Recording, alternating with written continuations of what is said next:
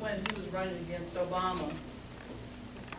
That we're finding that conversation because of these little phones. We're finding all of this conversation. People in corporate boardrooms, you know, calling people the N-word or making these disparaging remarks or whatever. And it's going to continue unless somebody says enough is enough. And I dare say that somebody goes back to the mirror. So it's when we say,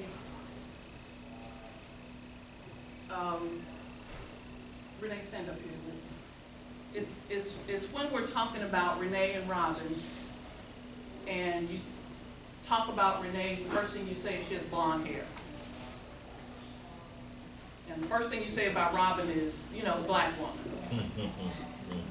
It's Robin has no other depth. You don't say that Robin has brunette hair. Is that what it is, brunette? Brunette. Don't look at my great, sit down.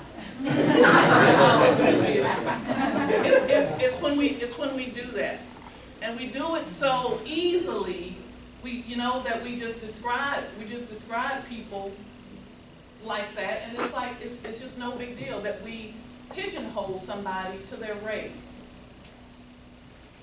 And that's it, that's a part of them. Or we say, oh, this one gets me.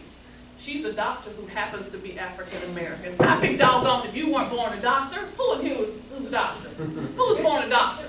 Were you born a doctor, sister? No, we're not. Worked hard on it, though. Ma'am? Worked hard on it. She worked hard. But you weren't born a doctor. No. You didn't come out your mama's womb with a stethoscope. No, I with misunderstood your question. nothing like that. So you're a doctor, but you weren't born a doctor, right? I misunderstood your question. That's all right, but you play along with me like you did. Yeah. You weren't born a doctor, but you were born white. Yes. There you go. It's we do that. Who happen to be like that? Excuses like that's like what happens if they change profession? Like Matthew Louis, he was a lawyer, now he's a teacher. What'd you say then?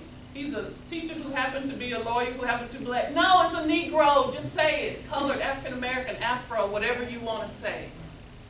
Like that shouldn't discourage you from a conversation, or that shouldn't only define somebody, or you shouldn't have to, as Samantha and I were talking, elevate somebody by their education or by their profession. It's enough to me to just connect to this sister and be good with that, with her pretty gray hair. Did I say gray? I should have said blonde. Get over it, you'll be all right. It's like him, turn around, he ain't even got no hair. Turn around, he ain't even got no hair.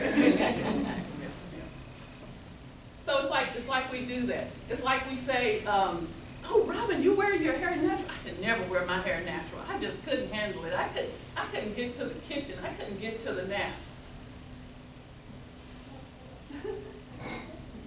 What? God made me in all this fineness and you can't take this in? Y'all just look at it for a minute. And we do that to ourselves. It's when people will say to me, oh, I love that you're tall. I wish I was tall. No, you don't, because you wouldn't have all your fineness if you were my height. God made you perfect. You were made perfect the way you are. So we shouldn't discount that. We shouldn't discount that to ourselves, and we shouldn't discount it to others. So please don't tell me, I need to wrap up. Okay, please don't, when I tell you I'm from Arkansas, don't ask me if I know, Junebug.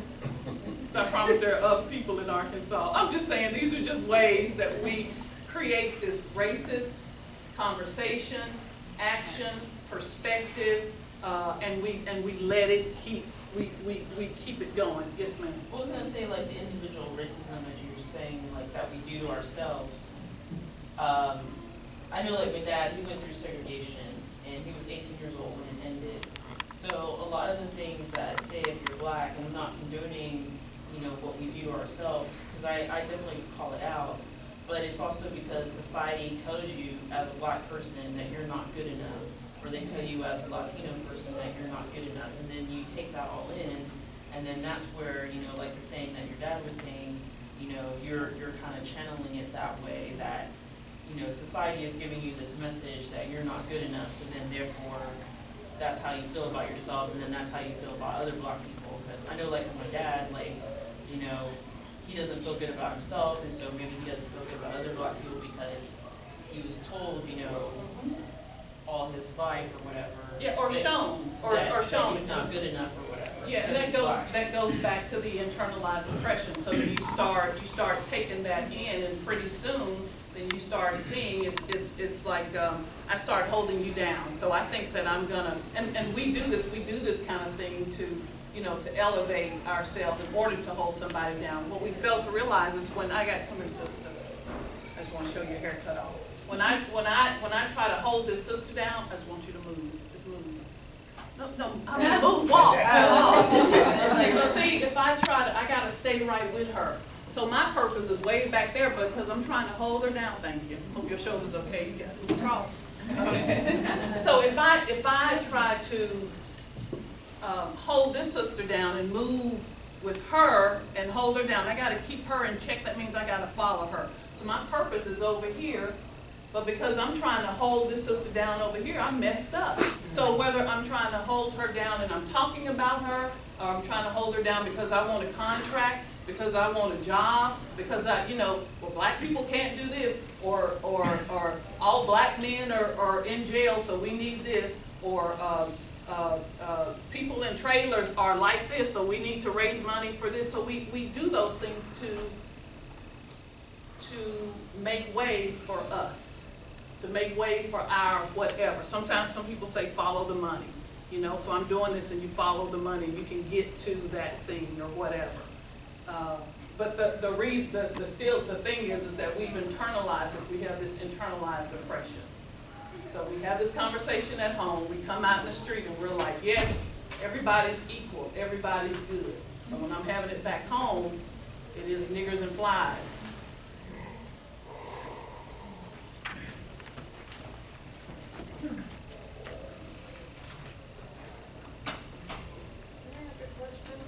Yes, ma'am. For my, yes, ma'am. I just want to make sure I understood. Can you stand up so your voice can carry?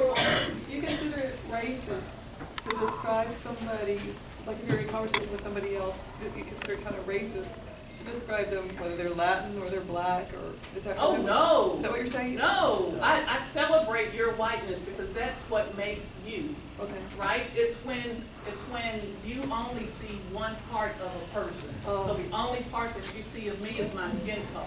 Okay. So when you start, we do this to women, we do this to men, and only when you start describing somebody, you describe her by her hair color. Like that's the only thing that defines them. So you have two women, two fine women, I dare say, but you go to two completely different things because you categorize the whole race of people by this. Okay.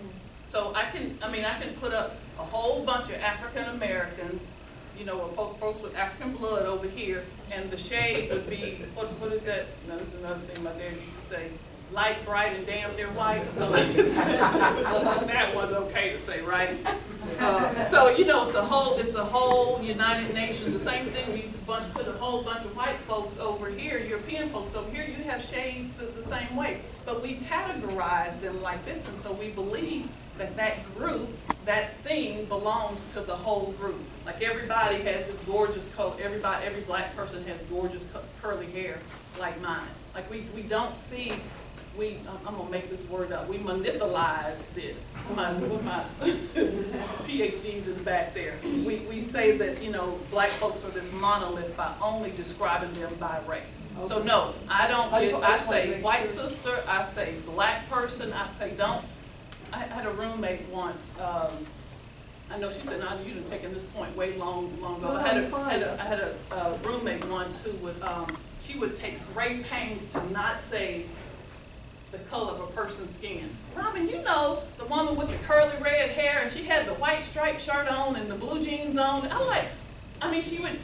It got fun to me after a while. Just make her go just on and on and on. I mean, like, oh my gosh, she just told me what color underwear she got on. Like, and to avoid saying that, so we kind of do this, you know, this, what is that called? The youngins call it being woke now? Like we called it, you know, 30 years ago being woke, but it's just, it's the, you know, it's that kind of thing. We try to be in so much that you just get crazy. The reason why I was asking is that I had my sister, well, I have a sister that's got a child, a daughter that's married to a black man, sweetest guy in the world, just love him. And we all got together in Orlando. Well, my sister was dating somebody who also, she brought along with her. And, you know, by the name, you had no idea, you know, just a normal American name. And anyway, she came in with him and he was driving a van and I'm going to go and meet them to show them where to go to. Well, it's him and Matt, you know, two black guys in the front of the van. Well, I didn't know he was black, so I didn't know, you know, so I was caught off guard. But my sister just didn't even say anything about, you know, none of us care. We have an Ethiopian girl in our family, Chinese, all kinds of things. But it just sort of surprised me and I just was wondering, is that the way we're supposed to be going, where we don't mention race? No, but why were you caught off, well, hold on, why were you caught off guard? Because I didn't know what he looked like.